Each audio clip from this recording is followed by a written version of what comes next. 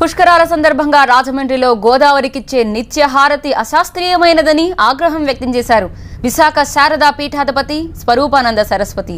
గోదావరికి అభిముఖంగా హారతిస్తున్నారని మండిపడ్డారాయన.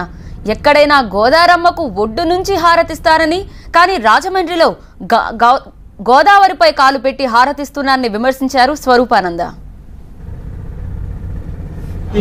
అనేది ఒక అశాస్త్రీయమైన చర్య. కారణంటే గోదావరిలో కాశీలో కానీ హరిద్వార్లో కానీ ఋషికేశ్లో కానీ గోదావరి ఒడ్డు నుండి గంగకి ఆహారతిస్తారు తూర్పు భాగాన. ఆ సమయంలో గంగలో ఎవరిని స్నానం చేయనివ్వరు, ఎవరిని ఈత కొట్టనివ్వరు, ఎవరిని బోట్లు కూడా నడవనివ్వరు.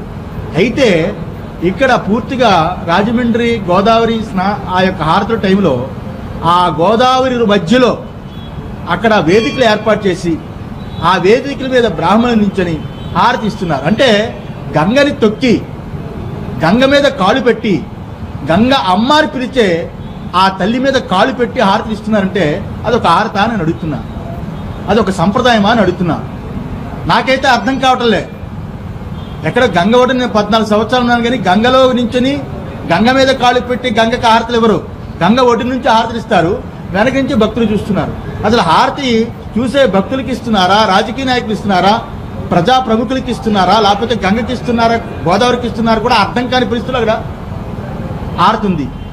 దాన్ని మేము ఇదివరకు దానికి చెప్పాము, మరి జరిగిపోయింది, మనం ఏం చేయలేము.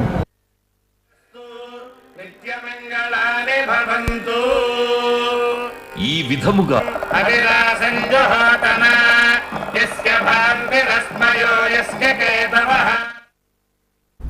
గోదావరి పుష్కరాలకు పెద్ద ఎత్తున భక్తులు వచ్చారని, ఇది హిందూ సాంప్రదాయ చైతన్యానికి నిదర్శనమన్నారు స్వరూపానంద.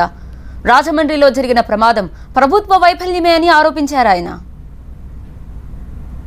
వాతావరణం హిందూ వ్యవస్థ ఎంత కట్టుదిట్టంగా ఉందంటే 32 మంది చనిపోయినా దానిని ఏమాత్రం పట్టించుకోకుండా భక్తులు తండోపతండాలుగా ఇంకా పెరిగి కోట్లాది మంది స్నానాలు చేస్తున్నారంటే హిందూ చైతన్యం అలాంటిది.